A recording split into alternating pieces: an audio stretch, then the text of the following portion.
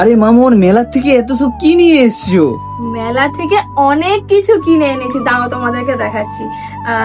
এইটা একটা নিয়েছি, এটা কি বলো ওই যে নোংরা ফেলে না, সেটা একটা নিয়েছি। এটা একটা নিয়েছি, আর এই টিফিন কৌটোটা নিয়েছি। আর জানো তো এই টিফিন কৌটার কোয়ালিটিটা সত্যি মানে দামের তুলনায় সত্যিই খুবই সুন্দর।